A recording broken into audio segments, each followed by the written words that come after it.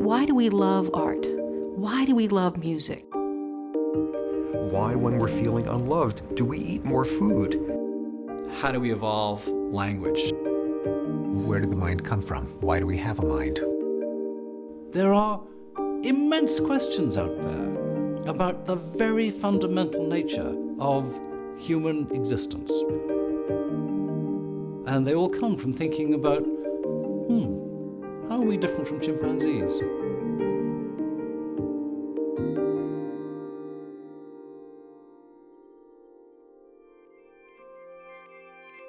The picture of human evolution was really quite simple.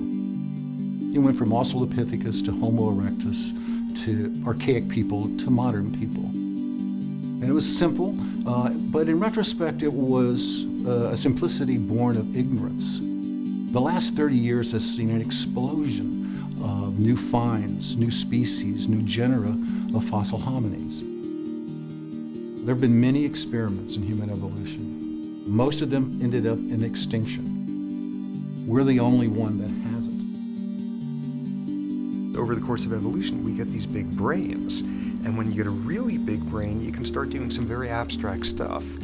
And one of the really abstract things that starts happening when you're a smart, sophisticated primate is you can start getting worried about things that are not for real. You're a normal mammal, somebody is intent on eating you, and you turn on this stress response thing. And what that stress response is designed to do is save your life in the next 3 minutes. It's not till you get to us that you can do stuff like turn on the exact same stress response, not because you're getting attacked by some rival, but because suddenly you're smart enough to realize you're going to die someday, or something incredibly stressful happened in the novel you're reading about some imaginary character. It didn't evolve for that. Look at some diseases of humans who don't deal with psychological stress very well. These are some of the leading psychiatric disorders.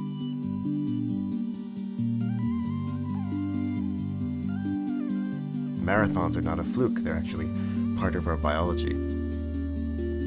Humans are phenomenal long-distance runners. We're dreadful sprinters, but we're better than any other mammal at running really long distances.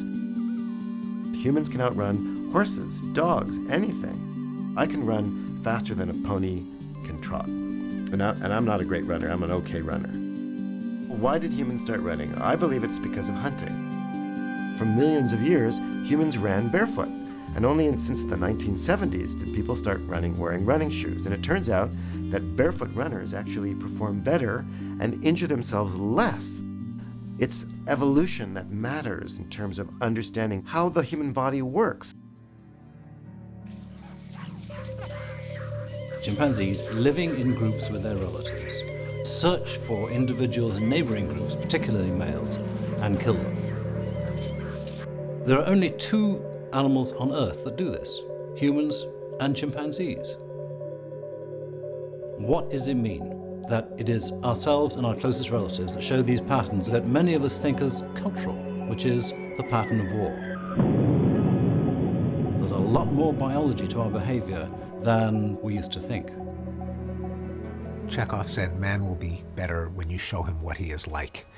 And I see the point of the sciences of mind and brain informed by evolution as showing us what we're like, showing us the kind of errors that we're prone to in making judgments, showing us the kind of emotions that can cloud our judgment, and therefore empowering us to think around these problems, to develop ways of discounting the parts of our own mind that get in the way of greater cooperation, greater wisdom. As we look ahead to the enormous challenges of the future, whether they're to do with climate change or outcoming diseases or the way that people behave in the future, then we need to understand the way that life works at every level. And the way life works is through evolution.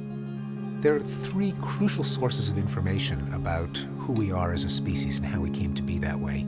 Studies of primates in the wild, studies of hunter-gatherer peoples, studies of human fossils. All of them are delicate, endangered research operations. None of them is being fully funded by the federal government. In this business, there's a lot happening very quickly. Land's becoming unavailable. Dams are being built up that may flood important paleontological areas. Populations of primates are going extinct.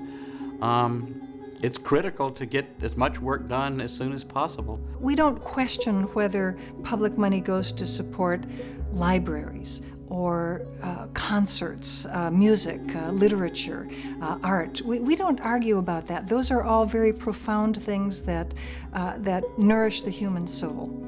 So does science, and especially human evolution. Whenever you turn to the New York Times and you see some kind of a science article, some kind of great discovery from some scientist in some remote part of the world, you can absolutely be assured that that scientist either was funded in that research by the Leaky Foundation or had his career launched by the Leaky Foundation when no one else would fund them, when everybody thought the idea was too risky.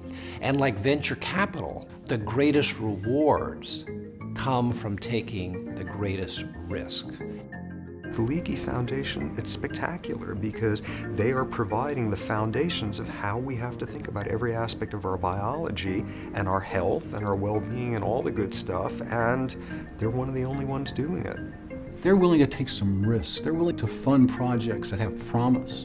They're willing to give graduate students a chance. And there are precious few organizations you can point to that are willing to take those chances.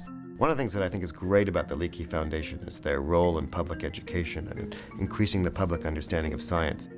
I gave a talk, for example, to a school in Houston, and I talked about running, and all these kids, of course, love running, and they were so excited to find out about how their bodies work during running and why evolution made us so good at running. It's hard to get any evolution taught in the public schools, and most textbooks and most curricula in districts are pretty weak on the teaching of evolution. How big an exciting story is it to know where we as a species come from, what we are doing here on this earth? What turned us from an ape into a human? These are things that give meaning to our presence. And it's still a developing story.